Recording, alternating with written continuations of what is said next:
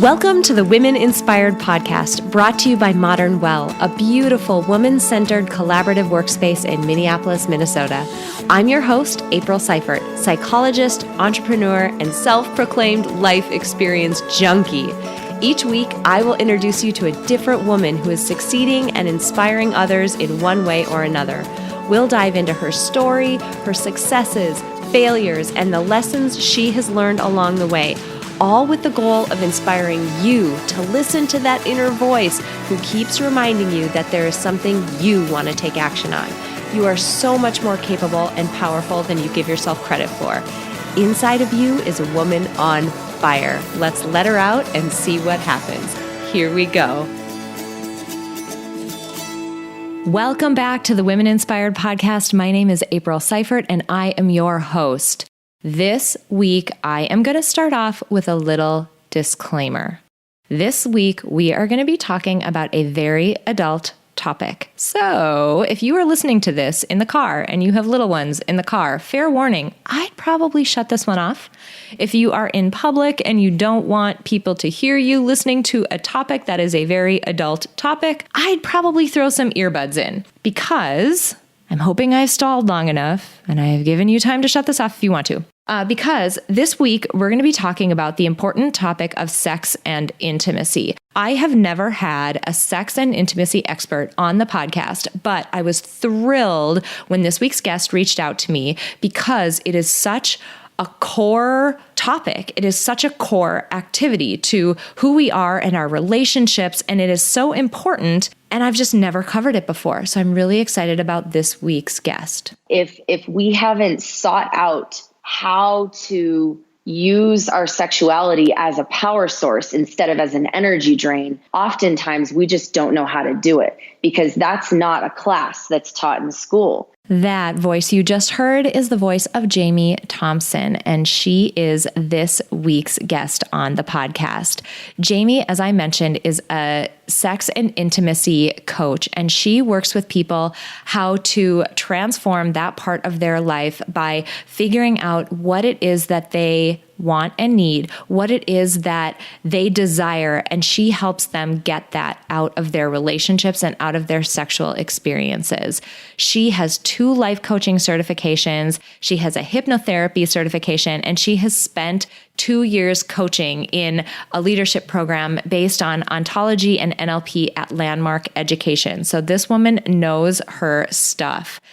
We are going to have such an interesting discussion that, yes, it is about sex and intimacy, but the thing I want you to have in mind as we go into this topic is that so many of the things that you are going to hear from Jamie are topics that are so much broader than this. So when she talks about sex and intimacy as a power source, think about the topics that she discusses in the upcoming interview as a metaphor to your overall life. Because if you can master the stuff that she's talking about in the realm of sex and intimacy, I promise you the rest of your life will change because those learnings will carry over. So I am so excited for all of you to meet Jamie Thompson.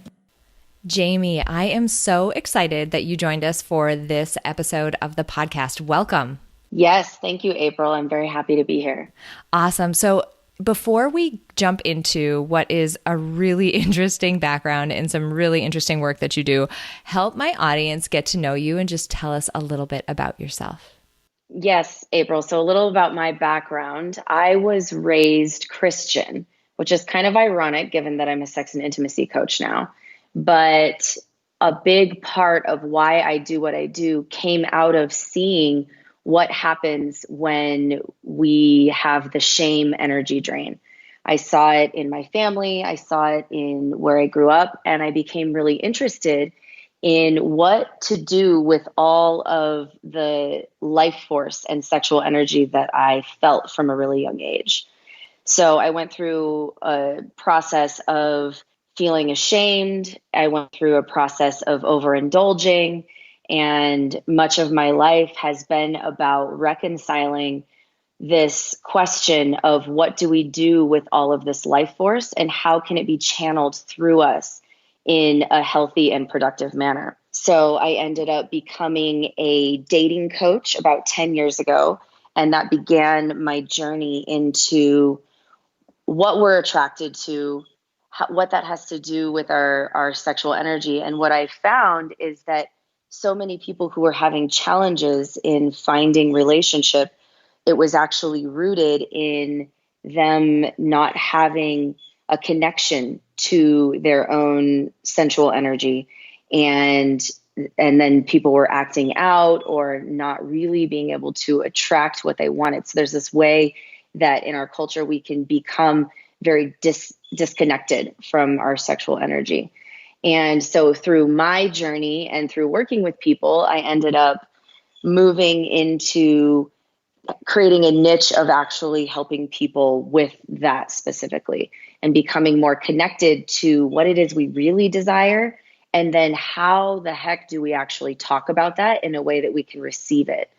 And so this is a big part of my past and journey with how I got to do what I do now.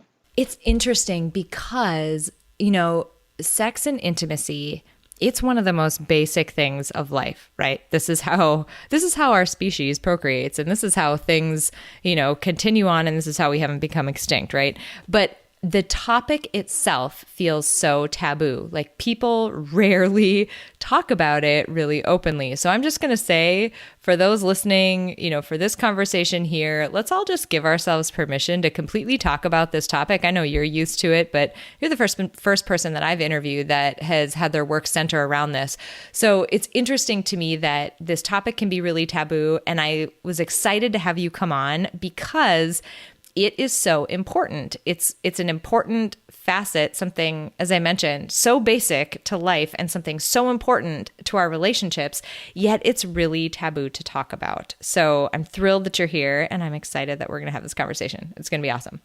Yes, me too. And you're right. There is a way, and it's funny because I'm so used to talking about it. Sometimes I forget what you're saying. And I think it is really amazing when we can actually just give ourselves permission to feel into, and maybe there's already some energy that's flowing in your body, even from just listening to this much of this. And I just want to create the space for us to be in a conversation where we are allowing whatever is present in our body to be present, and to really give ourselves permission for that.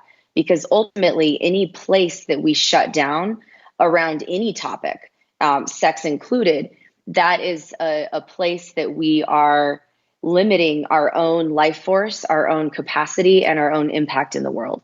And a lot of the people I work with, and a lot of the people that are listening on your podcast here today, as we talked about, are impact-driven women, or women who are really up to something in the world, or people who want to create an epic partnership.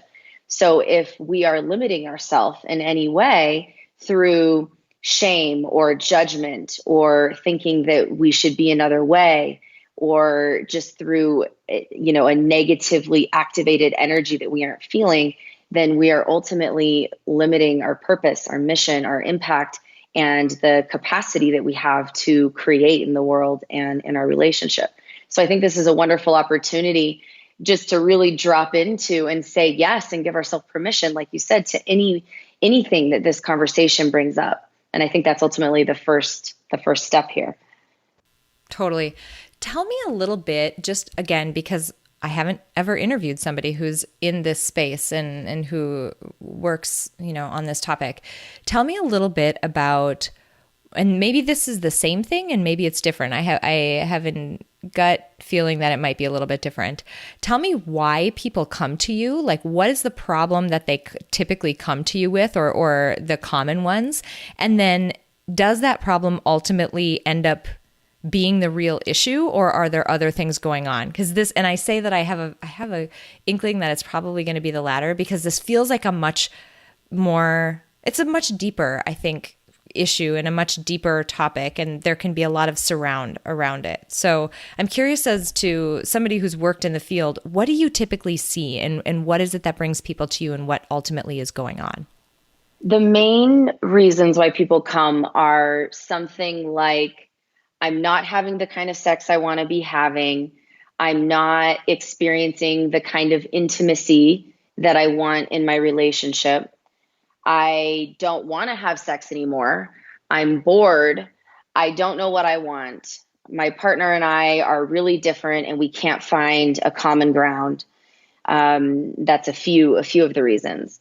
And ultimately what it becomes about, and your hunch is right here, because ultimately it's not just about the sex you're having. It's not just about, finding a new position that you can read in Cosmo magazine, or taking a pill that increases your libido, but then has other side effects. There's actually a way that when we can say yes to the whole of our erotic expression and allow ourselves to let the energy move the way that it wants to move, that those challenges that we are facing end up going away.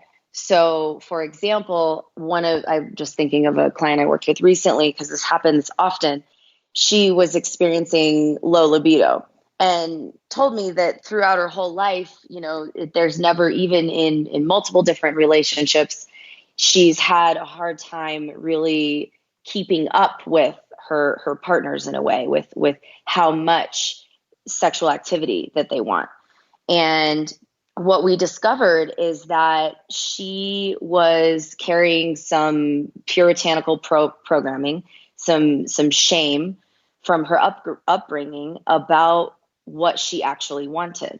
And when she was able to become okay with that, and then learn to reveal it to her partner in a way that occurs as an opportunity. So just a side note here, often when we are bringing something up for the first time, it does not occur as an opportunity. It occurs as an attack, or it occurs as you're doing something wrong, or there's something wrong in this relationship and I'm not happy. So there's also an art to how we bring up this conversation, and maybe that's something we'll get into later.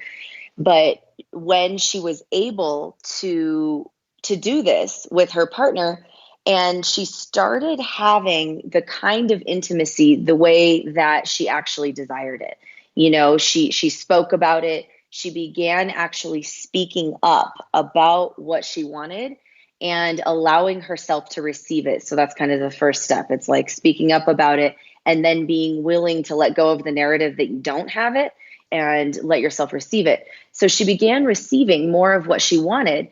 And what she found is that the other challenges she was facing in her life of low energy, imagine that there's a correlation between low libido and low energy, having confusion about, what she was here for and what to do next in her life. She was a coach and was creating a company. And as she became in tune with her desire and really what lights her on and turns her, what lights her up and turns her on, she also found that same energy was fueling the rest of her life. And her energy levels went up. She had more space for her children. Her communication became clearer in the workplace. And she had way more energy and clarity to direct into her vision of the new business she was creating. And there's so many, I don't know what comes first, the chicken or the egg. That's another interesting conversation. But there's so many side effects, really positive side effects and impacts from actually occupying your full erotic expression. And that's what she began to discover. So often I think that people come to me, or people come to want to work on something in the intimacy and sex or relationship realm because they're experiencing a subtle but maybe comfortable dissatisfaction in life, or they just have a sense that something's missing. And this is a place where you can go as like a micro for the macro to really unpack what is going on in your body, in your energy, in the way that you're walking through the world. What is going on there that is causing that subtle dissatisfaction or that feeling of something's missing? And I think that the bedroom is a place where we can go to really look at that. And I think that it's one of the greatest personal development tools that no one ever taught us how to use. So this is really interesting. That's all just kind of blowing my mind. What is it about this that makes it difficult for us? Because it does seem so basic. It seems like, I have this body. I should know how to use it. I should know what, feels good and what I want and whatever. And it sounds like there's a decent number of people who are coming to you either saying they don't know what they want, or saying maybe you've mentioned the word shame a few times, feel ashamed for the things that they want. Why is this so difficult for us? Something that everyone does, it's again, this thing that we don't talk about, and it just makes it so difficult. What's up with that? I know. It's funny that I think that one of the biggest things, from just research and then my own experience over the last 10 years with this, and then my personal experience and really, really getting into the details of this with people is that sometimes we just don't know. There just isn't a proper adult sex education that exists. So if we haven't sought out how to use our sexuality as a power source instead of as an energy drain, oftentimes we just don't know how to do it, because that's not a class that's taught in school. And on the opposite side of that, we're also receiving what I would call anti-productive adult sex education through culture and through media and through puritanical programming, which is, still a part of our culture, whether we want to admit it or not. On one hand, we have there's like an underlying cultural mythology that we have consciously or unconsciously agreed to, saying, one, that this is something that should not really be talked about. This is something that is reserved, between two people who are married, and there's that going on. I know I grew up with that. So that was a place that I was coming from. A lot of us did. And even if we didn't, that's in the culture. Then there's the reaction to that. The reaction to that is that there's many multi-billion-dollar industries that are making a lot of money off of that baseline of repression. The porn industry, the medical sex and drugs industry, the magazine, media, movies. There's advertisements. There's so many industries that are making an absolute killing off of our repressed lack of self-expression in the realm of sex and intimacy. So I think that, if we want to look at why is this way, we need to actually pull back from that a little bit and take a look at who has something to gain off of it being this way. And you see that there's a lot of money being made. And if we can there's a way that we are sheep, and it's like they have us, and I'm just going to say it like this because I think it's this intense. There's a way that this culture, this media engine has us by the balls. It has us by the vagina, and it's literally using our disconnection from our sex to sell us and lead us and keep us in a sheep-like position. Because when we can really tap into this power source that lives in our body and have no more shame about it, that is our ultimate. We are powerful. We are powerful. We are connected to ourselves, and we cannot be manipulated in the same way.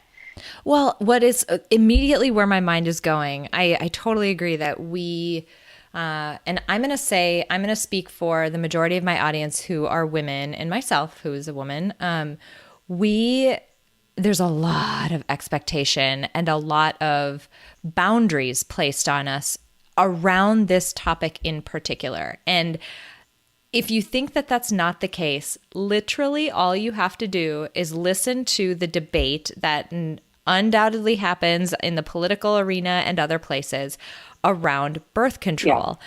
What I always hear, and this is so crazy to me, what I always hear is, oh yeah, birth control, insurance should cover it. It should be fine because, and this is the reasoning people always say, because it's used for things other than just keeping you from getting pregnant. It's used for, and then people name other, legitimate reasons why a woman might take a birth control pill. But to me, I'm like, isn't it just enough? Like, why can't a woman say, I want to take a birth control pill because I enjoy having sex and I'd like to have sex and I don't want to have a baby right now. Yeah. But something around a woman saying, I enjoy having sex and I want to have sex, and so that's why I want to take this pill, that is all of the sudden, like, I feel like if we say that out loud, we're admitting, see, we're using this pill for shameful, terrible, evil reasons, and so you should take it away from us. So that's never the way that people want to talk about birth control. They want to say, "Oh, I'm taking it for endometriosis and for menstrual cramps, and I'm definitely not taking it because I'm having sex." No, you're having sex, and it feels good, and you don't want to have a baby. Like, that's okay, but you can see that shame and that guilt happening. And that's just one small example. I could go on with others, but you absolutely can see that happening in our society. So I totally agree with you that I can't imagine what you've seen over the years, the degree to which this constricts people and keeps them in a much smaller, tinier, more anxious box than they need to be in. Yeah. Yeah. And another built-in assumption, I love the way this is going here, that there's another built-in assumption that goes along with this that's a little bit different. And that is that we should already just know how. And there's a way that, and that we should just already know what our partner wants. They should already know what we want. That one guy that I hooked up with, back in college, he knew what I wanted automatically. So why doesn't my husband know after 3 years? And I've never told him, but I haven't told him because I don't know how to talk about it, because nobody ever taught me how to actually talk about what I want. Because again, that's where there's another like sneaky paradigm that comes in here that I think is very old and is also piggybacking off what you're saying. And that is, as women, I mean, we should just lay down and take it, right? Like that's just what we're here for. So me claiming my pleasure and my desire and what I actually want, and let alone speaking it out loud to a man or even another woman or whoever I'm with is something that is like in the epigenetics, not something that we've necessarily done much of in recent history. So it's almost like we're kind of being bred to just take it. And so there's a way that in giving ourselves permission to want what we want and speak about it, we're actually overcoming some really deep programming that we might not even be aware of. Because there's an assumption of what women are for and what men are for. And I'm saying women and men, and I want to also just be inclusive of all different kinds of non-binary relationships as well. And I'm breaking it down in this language to shed some light on the dynamic of it. And if we can find a way to claim our body in a new way and actually, it's even like just put our hands on our womb and really tune in to what she actually wants.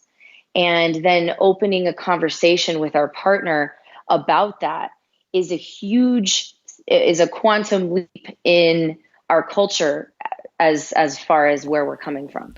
There is a really interesting, I love talking to guests like you because you're in an area that I don't know well. And what's fun to me is when we start to have a conversation and I start connecting pieces that I never would have connected before. And there's just this brain explosion moment. And I literally just had one. So the two pieces that I'm starting to think about as you were talking, I'm thinking, okay, it sounds like what she's saying is instead of us being a passive recipient of what's happening when we're having sex with someone, we need to be an active participant in it.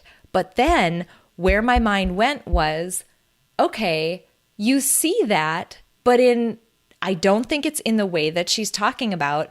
in the porn industry. So you think about like women in pornographic videos are super active, right? We can say like they are very active, but I don't think that's what you're talking about. That to me feels active for the purpose of pleasing a man, not active for the purpose of making sure that she's having a good time too. To me, these two pieces, like, it's not just being a passive recipient or an active participant. It's an active participant for the purpose of making sure that you're having fun too, not just someone else getting their needs met.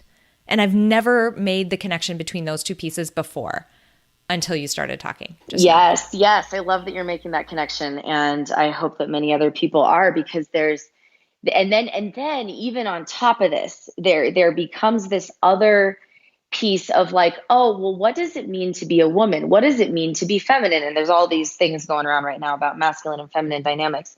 And there's the way that it's like to be feminine is a very interesting conversation to have. What is it to be feminine in your full feminine expression in the bedroom?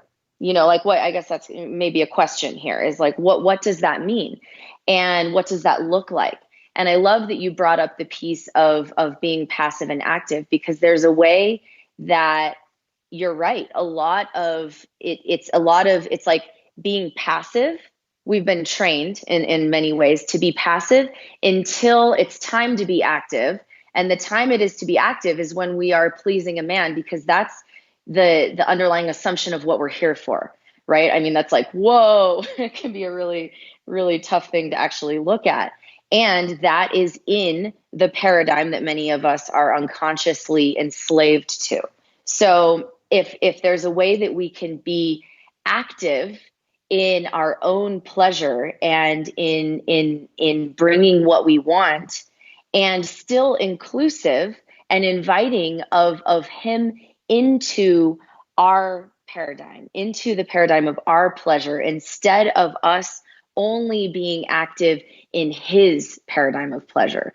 So there's a way that it's like there's an active invitation into here's my secret garden, you know, like here's what really drives me wild. Here's what I really love. And ultimately, men really want to know this. They just don't always even know that they want to know it. But like on a really deep level, because we have to understand and have compassion that they are also coming from a paradigm of that we exist for their pleasure. And I know I'm speaking about this in like really black and white terms, but this is a lot of where we're coming from. And so there's a way that we can invite them into our paradigm to bridge this sort of gap that is between us.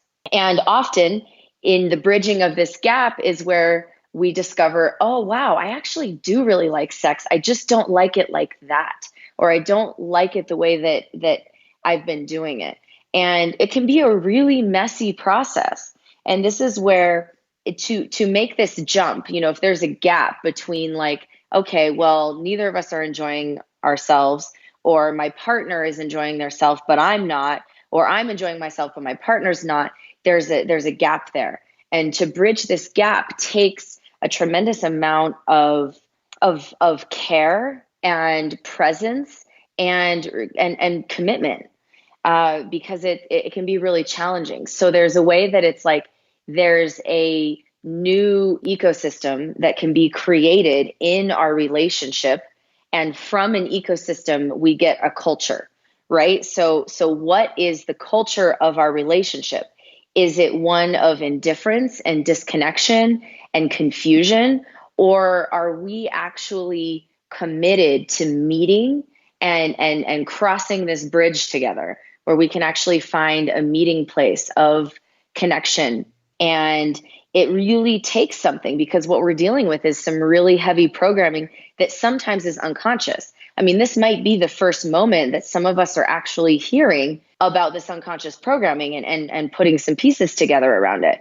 But now that we see that, there's a way that there's an opportunity to create a different culture in our relationship and have an ecosystem that really nourishes both of us. And I think that in our sexuality is an area where it's really obvious to see the ecosystem of the relationship. And so that's one reason why I think it's a really great pathway in to doing some deeper work in partnership, or even with self. If we look at our sex and intimacy and how we go about that, I think it gives us a highlight or a bullet point to what the ecosystem of our relationship is. And if we want to shift something, ultimately it's got to shift at this base level, this foundational level. Yeah. I can totally see where, you mentioned the subconscious piece. Again, as you were talking, I started thinking about, this is something we talk about a lot on the podcast, is the idea of our subconscious mind, of our implicit mind, and of the notion that this information or these mental habits or whatever it may be, there's so many of them that operate outside of our awareness. And I started thinking about where we might learn these rules or these habits or this information about, specifically for women, how are we supposed to think about, act on, whatever, sex and intimacy. And I started thinking about things like wearing the notion that you should wear a white dress when you get married, signifying that you are pure going into that relationship, meaning you shouldn't have had sex before, and if you did, that means you're impure. So there's something wrong with you. Yeah. Or the notion that some of the words that we use to describe women who, say they enjoy sex or have had sex with a number of people, these like terrible denigrating words, again, signaling to women that there's something wrong with you or you're somehow fundamentally bad if you're having sex and you're enjoying it. And you could go on and on. I mean, there's dozens of subtle ways that our culture tells women there's something bad around this and you're doing something bad and shameful. So of course we have this hang up subconsciously that keeps us from wanting to express ourselves or being able to express ourselves fully in this very, again, fundamental activity that is so core to our romantic relationships. This is just blowing my mind. I've never actually thought about it this way. This is a really fun conversation. Great. I'm so happy that this is happening. And then, so yes, to everything you just said. And I love your example of calling women, calling women sluts, right? It's like, so if you enjoy sex and you maybe have a lot of it, and maybe you've had it with multiple people, and there's a way that even as adults, I mean, right. It's like this sounds like high school conversation in some ways. And then even as adults, I've experienced this kind of energy, where it's like there's a lot of slut shaming that happens. And then what's fascinating is oftentimes the same women that are slut shaming are also wearing provocative type of clothing and, makeup and doing, dressing ourselves in such a way that is inviting, that's provocative. And then at the same time is taking that same energy down. And there's a way that the discord that creates in our body is like having one foot on the gas and one foot on the brake. And we're creating a sense of like, oh, I want this attention, but it's bad. And that is, ultimately where then there's this shame around sexuality that comes from. And I wonder, like just as creating a different paradigm here, what it would be like if we were just okay. Like what does it feel like in our body? I always like to just bring it back to the body. What does it feel like in our body if we are okay with whatever it is we want to wear that day? And if it's provocative, great. Yes, I want to provoke some attention, and that is my right. Or another woman doing that is like, yes to her for what she is creating. Or maybe this is just what I want. Maybe I just like this shirt. Maybe I just like my cleavage in this shirt and I just like how it looks, and that's okay. And I'm okay with that. And then maybe I want to wear a turtleneck today and kind of cover up and disappear and be invisible. And that's okay too. And it's like actually tuning back into what we actually want instead of what the programming and the culture and even our friend groups and what we've been told is how it should be. Because I think we get so outwardly focused into what we're supposed to be, and we forget to just tune in and see what actually feels right in our body. I could keep going down this rabbit hole for hours because my mind is going in 100 different places and I'm making a million connections that I have never made before, which is such a cool testament to this awesome conversation. But I don't want to drag everybody through that on a 3-hour podcast episode. So where I want to go next, and I always like when there's a guest like you who has practical knowledge and practical information that can legitimately improve people's lives. I like to go there and make sure that that I take full advantage of the fact that I have an expert on the line with me. We've talked a number of times throughout this conversation about knowing what you want and figuring out what you want. Number one, best advice for women, or how do women figure out what it is that they want? And then part 2 of that question is, and how do they start asking their partner for that? How do they start getting what they want? Because this is a pervasive issue even outside of romantic relationships. This is issues that happen in people's careers and outside of in friendships. I mean, across the board, this is difficult for women. But particularly for what we're talking about today within sex and intimacy, how do we figure out what we want? How do we ask for it and start to get it? I love the question, how do we figure out what we want? And inbred into our culture is this idea that we need to figure it out.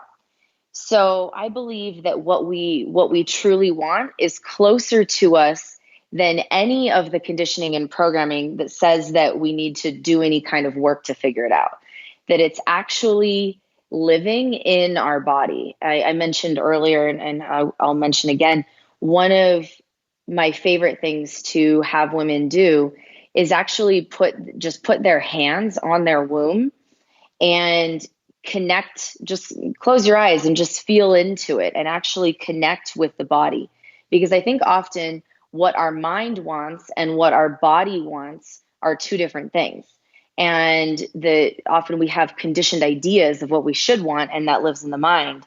But if we can tune into the wisdom of our physical body, and there's several other ways that we can do that, we discover newly what we want from its most natural, pure, authentic place, which is in the body. And then the mind can come in and act as a passenger in the driver's seat of our body and help us get what we want.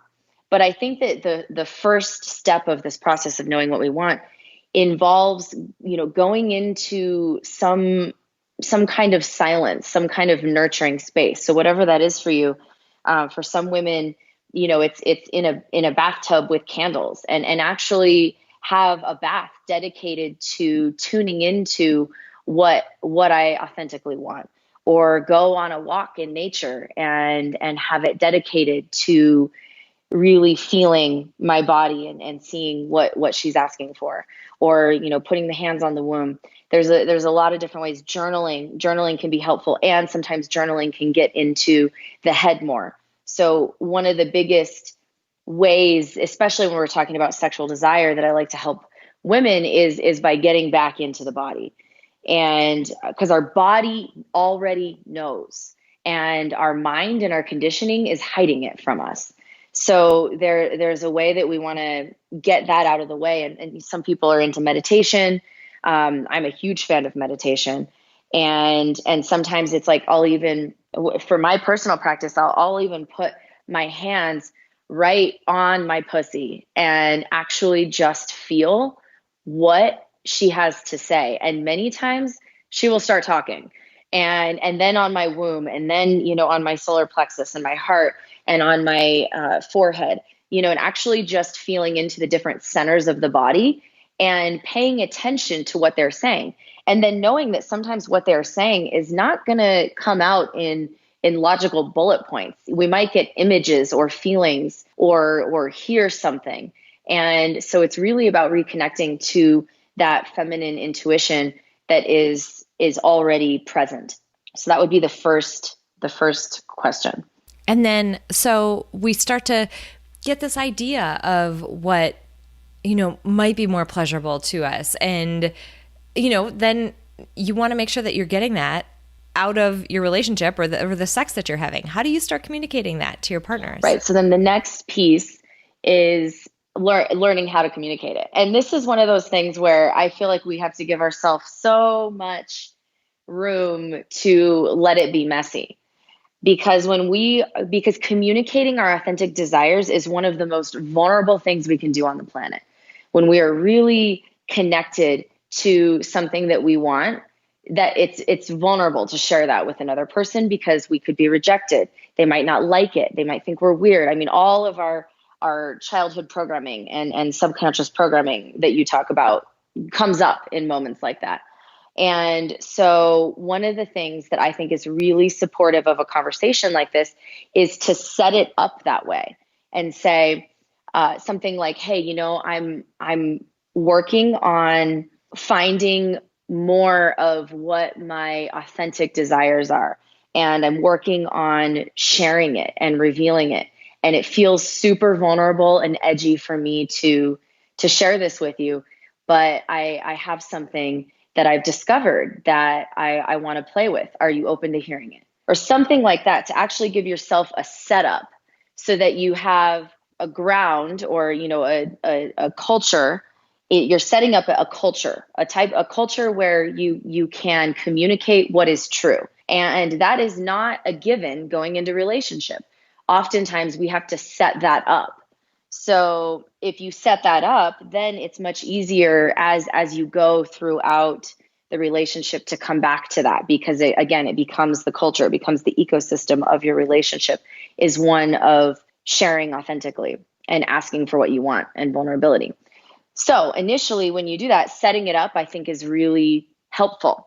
And then, just saying like, hey, this is this thing that I discovered, the other day. I discovered that I'm actually interested in this kind of kinky thing, or what I'm desiring is more romance and to slow down. And I want to feel more connected when we're making love. And I don't even know if I fully know how to do that, but my sense is maybe sometimes if we slow down a little bit, or, start with some massaging, or, just actually start to paint the picture of what it is you're seeing in your mind, what it is you're experiencing that is more of what you want, and begin to paint the picture. So then it occurs as an opportunity for your partner. You're not saying, this is a problem. You go too fast. It's like, it's all about you. And I'm not getting met and I'm not happy.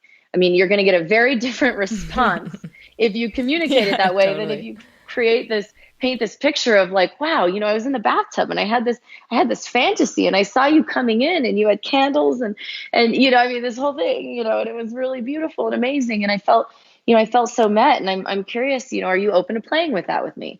And so it's like you're creating this improv in relationship where it's okay to talk about these things. And then my sort of part 3 and favorite part of this type of revealing of your desire in relationship is, and I'd love to hear about what your deepest desires are.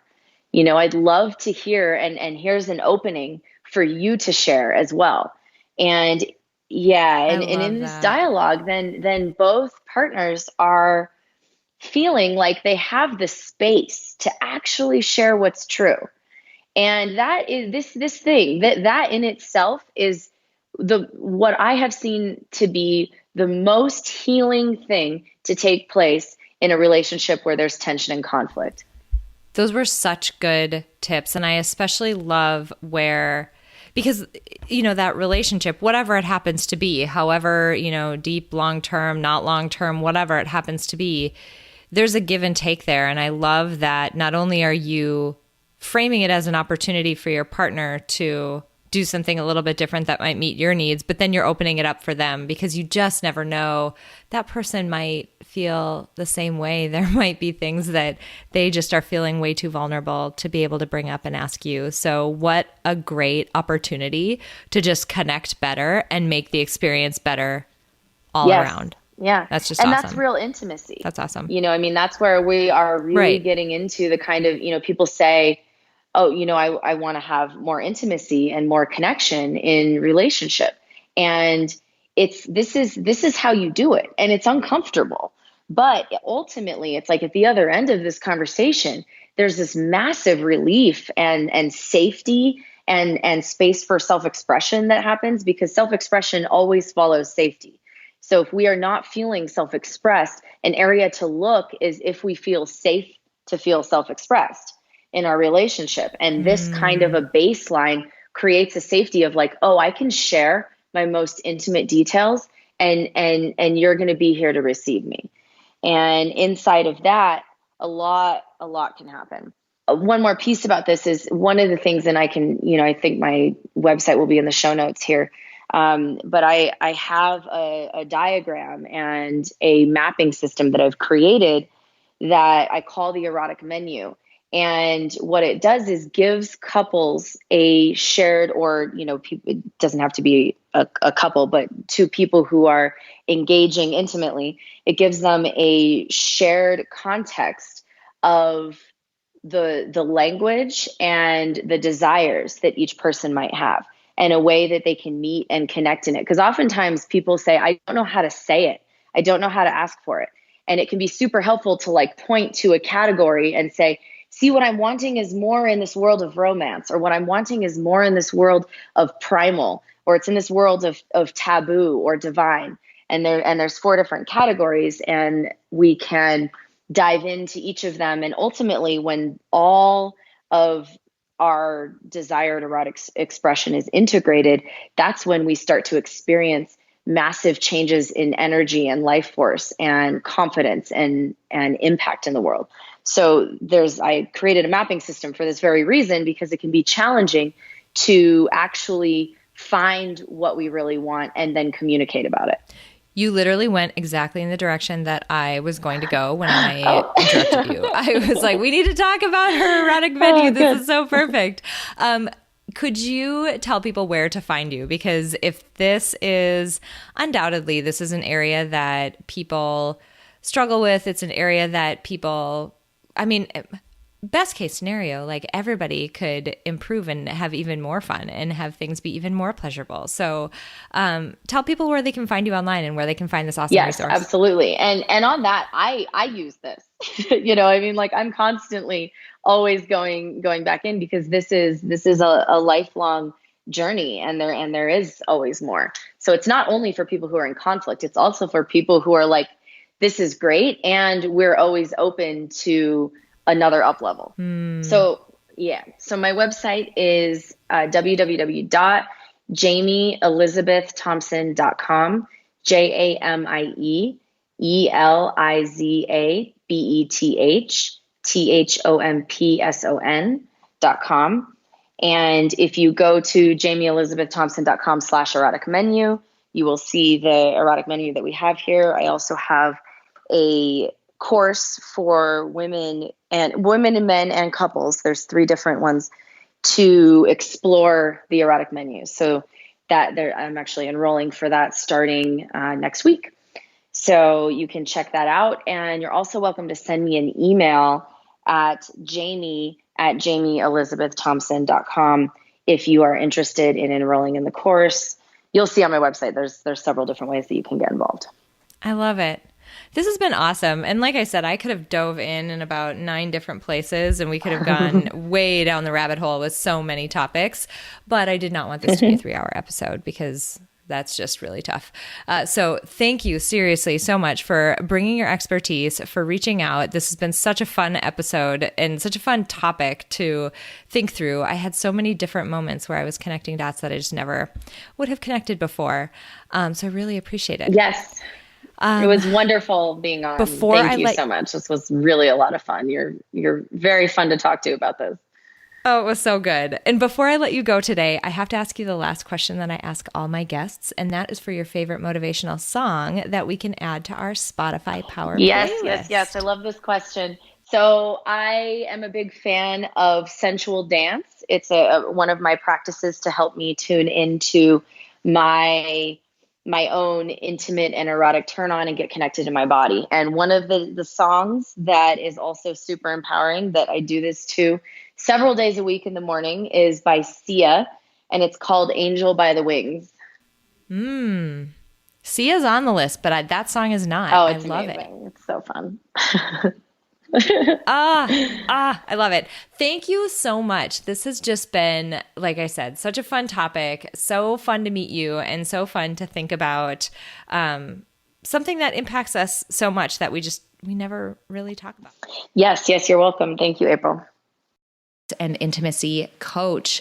As always, there are a couple of things that I want to highlight from this discussion. And I hope you get what I mean now from, my comments in the intro about how so much of what Jamie and I talked about is so relevant, not just to sex and intimacy, but to your broader life. It makes so much sense. Number one, asking for what you want or need, whether it is in the realm of sex and intimacy or whether it is in your broader life. The first thing that you need to do is you need to know what it is that you want or need. You can't ask somebody else for that unless you know clearly what it is. And unfortunately, we rarely take the time to think about and figure out what that is. We don't give ourselves the time to intentionally sit down and think about what it is that we want and need, both in the realm of sex and intimacy and in our broader life. That work takes quiet introspection. It takes analysis. It takes looking for patterns. It takes a lot of mindfulness and thoughtfulness that we just don't allow ourselves to have typically in our day-to-day lives. So number one, I want to encourage you all, again, both in the realm of sex and intimacy and in your broader life, to think about what it is that you want and need. Get really clear on that so that you can ask other people for it or start to make changes that'll bring your life in alignment with those things that you want and need. On my website, if you sign up for my email list, you get a free gift, and that free gift is a life blueprinting tool. This is exactly why I created that tool. It is a methodology that was derived from the field of design thinking, and the whole goal is for you to, it leads you through a systematic analysis of your life. You can adapt it so that it works for you with whatever area of your life you want to work on, but it's a systematic approach to walk through an analysis of which areas are going well and which ones aren't, so you can start to figure out what it is that you want and what it is that you need to bring your life in better alignment with the things that will fill you up and make you feel great day to day. Number two, we had a really interesting conversation. We hit on it around the time that we were talking about birth control. I made the comment about how we get all quiet about why birth control is being used. We say like, oh, it's for things other than just having sex. And women are scared to say like, no, it's because I want to have sex and I don't want to have a baby. Like, I don't want there to be repercussions for it. I just want to have sex because I enjoy sex. Something interesting about that conversation is that in the area of sex and intimacy and in so many other areas, women operate in a gray zone. So in the realm of sex and intimacy, on one hand, we're expected to be very pure. We're not expected to be these like outwardly crazy sexual beings. And when we are, we're called names like slut and whore. And like, there's all this backlash toward women. Yet, when we actually have sex with someone, we're supposed to be energetic and into it. And we're supposed to actually exhibit those behaviors that we're not allowed to exhibit anywhere else. There's a really big gray zone there. There's also a gray zone if you think about the way that women dress. If you dress too conservatively, people will say, oh, wow, look at that woman. She's a really big prude. If you dress too provocatively, people will say, again, oh, wow, look at that slut over there and, how much skin she's showing. There's a gray area that we're supposed to navigate and where we're supposed to exist. Also in the realm of business and how assertive we are. If women are really assertive and out there and we're really bold and we're really, agentic about asking for what we need and negotiating on our own behalf, we're seen as a bitch. and we're not seen as somebody who's relatable in our jobs. Yet, if we're too nice and if we are too sweet and accommodating and too feminine in our jobs, people don't see us as credible or as though we know what we're talking about. Again, there's another gray area that we need to navigate. The bottom line that I want to hit on with this, and the reason why I'm giving you all these examples, maybe some of them apply to you, maybe they don't. Maybe you've figured some of these areas out, maybe other ones are ones you struggle with. The point I'm trying to make it here is you can't win. There's always going to be someone who's going to be pissed off if you're starting to nudge in one direction or the other within that gray area and you're tripping over a line that, that particular person sees as, wow, that woman has gone too far, one direction or the other. Bottom line, if you're not hurting anyone, and bottom line, if wearing that shirt, speaking in that more forceful way, or having the audacity to say, you know what? No, I just like having sex and sometimes it feels good and that's why I do it. If you have the audacity to say that, if you're going to piss people off anyway, just live your life. If you're not hurting anybody else, just live your life. Those gray areas are impossible to navigate. It is not possible to make everyone happy. So live your life. Make yourself happy. Before we close out today, I want to say thank you to my producer, Cameron Hill, and to my incredible sponsor, Modern Well. If you want to learn more about how you can reach your goals in a one-of-a-kind work-life community, visit www.modernwell.co. If you enjoyed this episode, please share it with someone else who might benefit from this inspiring message. And if you have a moment, click the link in the episode description to leave me a rating and a review on iTunes. It would mean so much to me. Finally, I want to remind you that it is absolutely possible to live a happy, fulfilling life, even in spite of all of the chaos and demands we all experience. Sign up at aprilseifert.com to gain access to tools that will help you do just that. I have carefully created and curated a set of tools that combine the powerful fields of psychology and design thinking to help you intentionally create a fulfilling, happy life you love. Thank you so much for joining me this week, and until next week, stay inspired.